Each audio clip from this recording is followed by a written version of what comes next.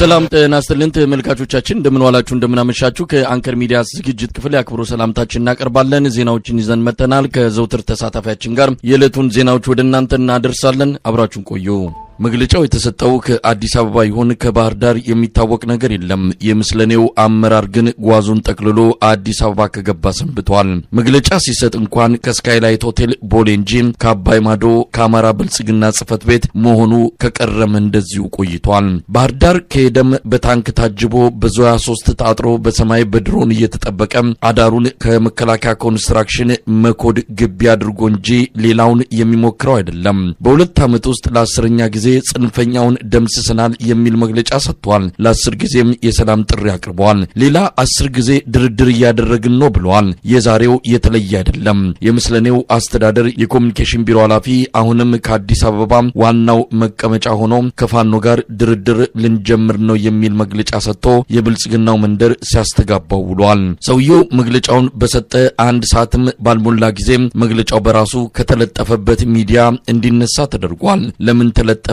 ለምን ተነሳ በርግጥ የሚያውቁት እነሱ ብቻ ናቸው አጥፍተናቸዋል መለቃቀም ነው የቀረን ዋሻና ጥሻ ውስጥ ተደብቀዋል ያሏቸውን ፋኖዎች ልንደራደር ነው የሚል መግለጫ ሲሰጡ የብልጽግናው መንደር ጮቤ ረገጠበት ዘንባባ አንጥፎ ደስታውን የገለጸበት ነገር የዕለቱ አስደናቂ ክስተት ነው ማለት ይቻላል መንገሻ ፈንታው የተባለው የምስለኔው አስተዳደር ኮሙኒኬሽን ኃላፊ ፉከራውን ቀንሶ ሽለላውን በረድ አድርጎ በትህትና ንግግር ድርድር ልንጀምር ነው ብሎ የሰጠው መግለጫ በርግጥ ብዙ ነገር ይነግረናል መግለጫው ከተለጠፈበት እንዲነሳ መደረጉም ሌላ ትርጉም ይዞ መምጣቱ አልቀረም መግለጫው ከወጣ በኋላ ከመነሳቱ በፊት የአማራ ፋኖ ብሔራዊ ኃይል ሴንትራል ኮማንድ አባል አርበኛ አስረስ ማረዳምጤን አግኝቸው ነበር ቃል መጠይቁን ያደረኩት መግለጫው ከመነሳቱ በፊት ቢሆንም አርበኛ አስረስ የመግለጫው ምንነትና እንዴትነት በማብራራት የገለጸልንን ቀጥለን እናቀርባለን መልካም ቆይታ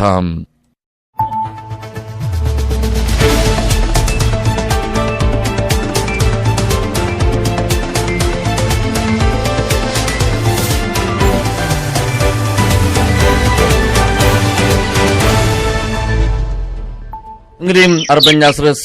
የአማራ ክልል ምስለኔ አስተዳደር የኮሙኒኬሽን ቢሮ ኃላፊ መንገሻ የተባለው ግለሰብ አንድ መግለጫ ሰጥቶ በተለያዩ ቦታዎች ላይ ሲዘዋወር እያየሁት ነው ከፋኖ ጋር ድርድር ሊጀመር ነው የሚል ነው ይሄ መንገሻ ፋንታው የሚባለው እንግዲህ ክልሉ መንግስት ኮሙኒኬሽን ቢሮ ኃላፊ በግልጽ የተናገረው በሰላማዊ መንገድ በአማራ ክልል ያለውን ግጭት ለመቋጨት ጥረት እየተደረገ ነው የሚል ነው ምታውቁት ነገር አለ ድርድር ከፋኖ ጋር ነው ሊጀመር የሚል በጣም እየተናፈሰ ነው ምን ያህል እንደጓጉም ከፋኖ ጋር ለመደራደር የሚያሳይ ነው በዚህ ደረጃ ዜናውን እየተቀባበሉት ይገኛሉ በተለይ ብልጽግናው መንደር ያሉ ሰዎች ምታውቁት ነገር አለ ስለዚህ ዜና የምናውቀው ነገር የለም እንደ የአማራ ፋኖ ብሔራዊ ኃይል ማዕከላዊ ኮማንድ በዚህ ጉዳይ ላይ ምንም የምናውቀው ነገር እንደሌለ አረጋግጥልሃለሁ ከመነሻው ይሄ የጠራው ግለሰብ የክልሉ ኮሙኒኬሽን ኃላፊ ከሆነ በዚህ ጉዳይ ላይ አስተያየት ለመስጠትም ማንዴቱም ያለው አይመስለኝም ይህ ጦርነት እየተደረገ ያለው በአብይ አህመድ የመከላከያ ሰራዊትና በፋኖ መካከል ነው የጦርነቱ ባለቤቶች ጀነራሎች ናቸው ለአብነት ባነሳል አማራ ክልል የሚባለውን ቀጠና ኮማንድ ፖስት እንኳን የሚመራው የክልሉ ፕሬዝዳንት አረጋ ከበደ ሳይሆን ምክትል ኢታማዦር ሹሙ ጀነራል አባው ታደሰ ነው ስለዚህ በአጠቃላይ ጦርነቱ ባለቤት የፕሮጀክቱ ባለቤት የዘር ማጥፋት ጉዳዩ ባለቤት የፌደራል መንግስት ነኝ የሚለው ጠቅላይ ሚኒስትሩ እና የመከላከያ መዋቅሩ ነው ሌላው የክልል መዋቅር የዛንን ዓላማ የሚያስፈጽም የሚያስተገብር አንዳንዴ ደግሞ በሚዲያ ወጥቶ የሚናገር ነው ስለዚህ ይህ ግለሰብ በዚህ ጉዳይ ላይ ከፋኖ ጋር ለሚደረግ ድርድርም ሆነ ውይይት አስተያየት መስጠት የመወሰን ማንዴትና መብት እንደሌለው ነው ምክንያቱም አንድ ድርድር አንድ ውይይት ሊደረግ የሚችለው በተፋላሚ ወገኖች መካከል ተፋላሚዎቹ የመከላከያ ብሎ ራሱን የሚጠራው አርመኔ ሰራዊት አመራሮች አብይ አህመድን ጨምሮ በአንድ በኩል በሌላ በኩል ደግሞ ፋኖና የአማራ ህዝብ ስለዚህ እነኚህ ሁለት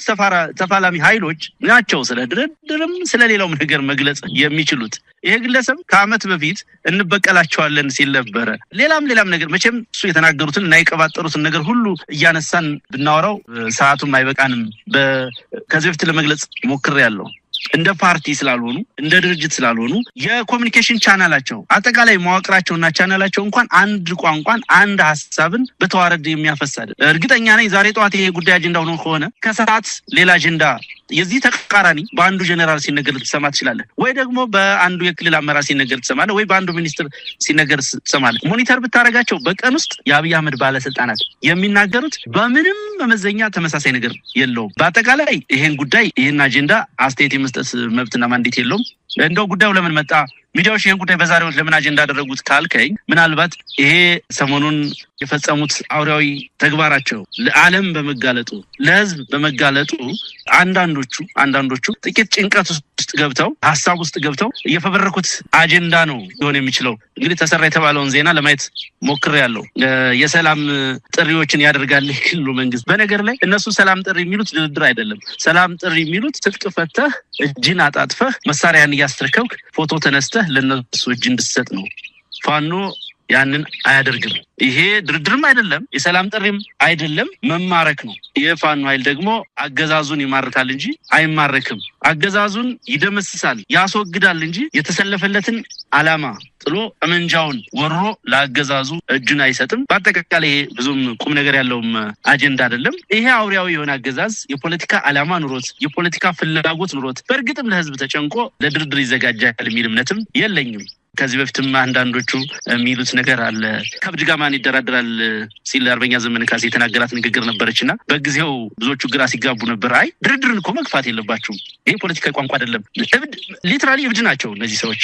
ጆአቸው የገባችን አንዲት እንስት ጡት ቆርጠው ቆዳ ገፈው የሚጥሉ እብዶች ናቸው እነኚህ ምን አይነት ፖለቲካ ዓላማ ኑሯቸው ልትደራደራቸው ትችላለህ በእርግጥ ሊያስቡ ይችላሉ ምን እንደሚደረግ ያስጨንቃቸዋል አሁን እየተከፈለ ያለው ዋጋ አሁን በዚህ ጦርነት ምክንያት እየወደመ ያለው ኢኮኖሚ በዚህ ጦርነት ምክንያት ሀገሪቱ ላይ እየደረሰ ያለው መስቀልቅል በዚህ ጦርነት ምክንያት ዜጎች ከቦታ ቦታ መንቀሳቀስ አቅቷቸው ለአመታት ለቀናት ለወራት አይደለም ለአመታት ከአንድ ከተማ ወደ አዲስ አበባ ከአንድ ከተማ ወደ ሌላ ከተማ መንቀሳቀስ የማይቻልበት ሁኔታ የፈጸሙ ሰዎች ለወራት ለ9 ወራት ለ7 ወራት አንድን ክፍለ ሀገር ከሌላው ክፍለ ሀገር የሚያገናኙ ትላልቅ ሃይዌዎችን ሙሉ በሙሉ ዘግተው የያዙ ሰዎች ህዝቡን በሆስቴጅ ውስጥ ያደረጉ ሰዎች በሽብር ተግባር ፋኖን እንበትናለን ብለው የሚያስቡ ሰዎች የራሳቸውን ህዝብ ግብር የሚሰበስቡለትን ህዝብ የሚቀልባቸውን ህዝብ መቀነት እየፈቱ የሚሰርቁ የሚደፍሩ ሰዎች ከተማ ላይ በሰፈሩበት ቦታ በተከፈቱ ትምህርት ቤቶች የሚማሩ ታዳጊ ህፃናትን ሰራዊት እንዲደፍር የሚያደርጉ አመራሮች ካድሬዎች እነኚህ ሰዎች ናቸው ስለ ድርድር ሊያስቡ የሚችሉት እነኚህ ሰዎች ናቸው ለኢትዮጵያ ፖለቲካ ለኢትዮጵያ ሰላም ለአማራ ህዝብ ማህበራዊ ረፍት አስበው ስለመደራደር ጥያቄዎችን በፖለቲካዊ መንገድ ስለመፍታት የሚያስቡት ፈጽሞ እንደዛ መጠበቅ የለበትም ይህ አጀንዳ ሆን ተብሎ ከዋናው አጀንዳችን ለማናጠብ የሚሰጥ አጀንዳ መሆኑ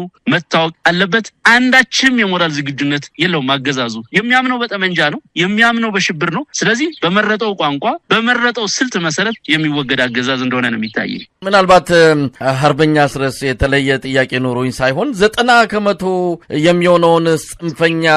አጥፍተነዋል መለቃቀም ነው የቀረን የሚለው የፊልድ ማርሻሉ ተደጋጋሚ መግለጫዎችን እያሰበን ባለፈውም ከ265 ወረዳዎች 263ቱ በቁጥጥራችን ስር ነው የሚለውን የናረጋ ከበደን ሪፖርት ወደ ኋላ መለስ ብለን እያሰብን የዛሬውን የሰላም ጥሪ ምን ልንለው እንችላለን የራሳቸውን ቃል እንኳን የሰጡትን መግለጫ መለስ ብለው ቢያስቡ ወይም ደግሞ ቢያስታውሱ ምን ያህል እንደሚያፍሩበት ነው መረዳት የሚቻለውና በታተነው በየሸለቆውና በየዋሻው ተደብቆ ነው ያለው የሚለውን ኃይል ነው እንግዲህ ለድርድር ለሰላም እየጠሩ የሚገኙት እንደው የክልሉ መዋቅር እየተናጋ አይደለም ወይ እናንተ በርግጥ ከፌደራል መንግስቱ ከመከላከያው ሰራዊት ጋር ነው አሁን ፍልሚያ ውስጥ ያላችሁት ግን የክልሉ መንግስት በምን ቁመና ላይ ነው ያለው ይህን ጥሪ ሲያደርግ ምናልባት እንደምንሰማውም ከሆነ አረጋ ከበደም የመጨረሻ ደረጃ ላይ ደርሷል ከፍተኛ የሆነ ውስጥ ለውስጥ መሳሳብ አለ አብይ አህመድም የመጨረሻ ቃሉን ሰጥቷቸዋል እምቢ ካላችሁ ጥለን ነው የምንወጣው የሚልም ነገር እያነሳላችሁ እንደሆነ ይነገራል ጥሎ ቢወጣ እውነት አዲስ አበባ ላይ ጸንቶ የሚቆይ መንግስት ይኖረዋል የሚለውን ጥያቄ በእርግጥ መመለስም የሚችል አይደለም ለማንኛውም የዛሬውን የሰላም ጥሪ ልናደርግ ነው አይነቱን መግለጫ አይተን እነዚህን ሰዎች እንዴት እንገልጻቸዋለን በተለይ ወቅታዊ ቁመናቸውን እነዚህ ሰዎች እኮ መሳይ ሮቦቶች ናቸው። ምንም የሚያውቁት ነገር የለም። እውነቴን ነው የምነግርህ። ለፕሮፓጋንዳ ፍጆታ አይደለም የምናገረው። ምን እንደሚደረግ ምን እንደሚከናወን አያውቁም። ከጠዋት ምን እንደወሰኑ ዘንግተውት ከሰዓት ሌላ መግለጫ ሲሰጡ ታገኛቸዋለህ። ቅድም ስትናገረው እንደነበረው እንግዲህ እየለቃቀምን ነው መባል ከተጀመረ በጣም ብዙ ጊዜ ሆነው። ደጋግም ነው እንጂ ቃሉን ዋሻ ናቸው ገዳም ናቸው መባል ከተጀመረ ረጅም ጊዜ ሆነው። አንድ እንደው በሆነ ወታደራዊ ስህተት አንድ ምርኮኛ እጃቸው ሲገባ ሙሉ ሚዲያቸው ስለዛ ነው የሚያወራው። እኛ እጅ ላይ በሺ የሚቆጠር ምርኮኛ እንዳለ ይዘነጉታል፣ ይረሱታል። የክልሉ መዋቅር በከተሞች በወረዳ ከተሞች ያለው በዞን ከተሞች ያለው ተሰብስቦ ካምፕ ነው የሚያድር። የቱም የሚያድር የለም። የቱም የሚያድር ተሳስቶ እንግዲህ ሰሞኑን ብቻና ላይ የተፈጸመው በምክትል አስተዳዳሪ ላይ ፋኖ የፈጸመው እርምጃ የወሰደው እርምጃ መሀል ከተማ ቀበሌ 3 ላይ የተፈጸመ ድርጊት ነው። እነኚህ ሰዎች ናቸው እንግዲህ ወረዳ ተቆጣጥረናል የሚሉት። ብቻና የነማይ ወረዳ ዋና ከተማ ነው። የከተማው እምብርት ላይ አመራር ማስወገድ የከተማው እምብርት ላይ የአገዛዙን ዘበኛ ማስወገድ በሚቻልበት ነባራዊ ሁኔታ እንዴት ነው ወረዳ ተቆጣጥረናል ይሄን አድርገናል ሊሉ የሚችሉት? ኤኒዌይ ይሄ የተለመደ ባህሪያቸው ስለሆነ ህዝቡም በሚገባ የሚረዳው ነው። የሚዲያውም ሌላውም ሰው በሚገባ የሚያውቀው በተከታታይ ሲዋሹት ሲቀጥፉት የነበረ ነገር ነው። ባህር ዳር ከተማ እንኳን ሳይቀር ተንቀሳቅሰው በማይሰሩበት ሁኔታ ካምፕ ውስጥ በሚያድሩበት ሁኔታ የመከላከያ ካምፖች ተሰብስበው በሚያድሩበት ሁኔታ ውስጥ ሆነው ነው። ሁሉም ከተሞች ሁሉም ቦታዎች የጦርነት አውደ ግንባሮች በሆኑበት ግልጽ ሁኔታ ውስጥ ሆነው ነው። እንግዲህ ከባህር ዳር በ7 ኪሎ ሜትር ርቀት የኛ ኃይል በሙሉ አቅሙ በሙሉ ቁመናው የቡድን መሳሪያ እንደታጠቀ አለ። ሌሎች ከተሞችም እንደዛው ነው። ወልዲያ ዙሪያዋን በፋኖ እንደተከበበች ነው ያለችው። የትኛውን ቦታ ነው የሚያስተዳድሩት? ማስተዳደርስ ምንድን ነው? ቅድም ሳነሳ የነበረው የክልሉ መዋቅር በድርድር ጉዳይ አስተያየት መስጠት አይችልም አንዴት የለውም ያልኩ አንደኛው ምክንያት የጦርነቱ ባለቤት የፌዴራል መንግስት የሆነበት የጦርነቱ ባለቤት የአብይ አህመድ አገዛዝ እና መከላከያ የሆነበት ምክንያት መዋቅሩ ስለፈራረሰ የክልሉ መዋቅር ስለማይችል ስላልቻለ ነው። ሰው እንደማይችል ታውቆ የመከላከያ ኃይል ነኝ ብሎ ራሱን የሚጠራው አረመኔ ሰራዊት ክልል ውስጥ ከገባ 2 ዓመታት አልፎ ወራት እየተቆጠሩ ነው። በዚህ ሂደት ውስጥ እንግዲህ መፍረሱን አውጆ አቅም እንደሌለው ግልጽ አድርጎ በደብዳቤ ጠይቆ የክልሉን ሙሉ መዋቅር ለመከላከያ ጀነራሎች ሊደርሺፕ አስረክቦ ያለ መዋቅር ወረዳ ተረከብኩ ቢል እንዴት ልታምነው ትችላለህ? ምንስ ማለት ነው? ወረዳ መረከብ ማስተዳደርስ ምን ማለት ነው? ዛሬ ታክሲ ሰበስባል፣ ህዝብ ያስተዳድራል፣ ግብዓት ያቀርባል። ሴክተር መስሪያ ቤቶቹ የሚፈልጉትን ነገር ፋንክሽን ያደርጋሉ? አያረጉም። የሚያረጉት በእኛ ፍቃድ የተፈቀደላቸው ብቻ ነው። እነዚህ ኢንፍራስትራክቸር የሚያቀርቡት እንደ ቴሌኮም፣ መብራት ኃይል፣ ባንኮች፣ እነዚህ አነስተኛ ብድርና ተቋማት የመሳሰሉት ካልሆኑ በስተቀር ሌሎች ሴክተር መስሪያ ቤቶች ስራ እየሰሩ አይደሉም። በየትኛውም ቦታ ፋንክሽን እያደረጉ አይደሉም። ስለዚህ ይሄ የተለመደ ቅጥፈት እንደሆነ መረጋገጥ አለበት። የሚናገሩትና የሚገልጹት ነገር ግን በየወሩ በየሳምንቱ ብቻ ሳይሆን በቀንም ጭምር የሚቀያየር ስለሆነ